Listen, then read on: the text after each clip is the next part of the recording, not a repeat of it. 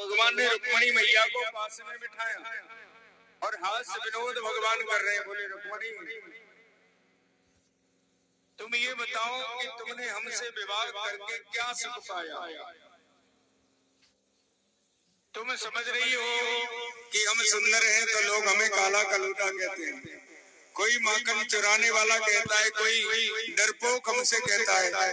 तुम समझो कि हम तो बहुत बड़े राजा हैं, बड़े बड़े युद्ध जीतने वाले, तो दुनिया तो मुझे रणछोड़ के नाम से जानती है। क्या सुख पाया तुमने हमसे शादी करी? और तुम समझ रही हो कि मेरे भगत जगत ज्यादा हैं।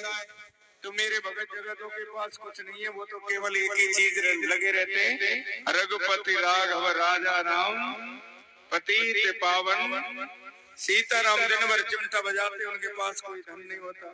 एकदम मैं जितना बड़ा धनवान भी नहीं हूँ, मेरे भक्त भी धनवान नहीं है। क्या सुख तुमने मुझसे विवाह करके पाया? और ये बात कब कर रहे हैं? मैया रुक्मणी के 5 पुत्र हो गए। उस समय भगवान ऐसी बात कर रहे हैं। अगर आज का आदमी ऐसी बात अपनी पत्नी से कर ले, क्यों भैया, तो पत्नी अकल ठिकाने लगा देगी बात करने से पहले।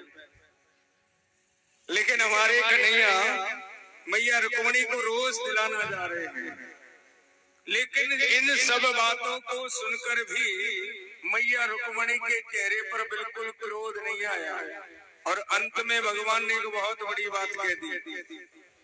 और वो क्या कहा कि रुक्मणी, अगर तुम अब भी चाहो तो शिशुपाल से विवाह कर सकती। इतना तो भगवान ने कहा कि मैया रुक्मणी मूर्छित हो गई, बेहोश मैया रुक्मणी हो गई। उसी समय द्वारकाधीश ने अब अपने चतुर्भुज रूप में भगवान प्रकट हो गए। 2 हाथों से मैया रुक्मणी को उठाया, एक हाथ से भगवान पंखा हिला रहे हैं, मनोहार कर रहे मैया रुक्मणी की, एक हाथ से पसीना पोंछ रहे।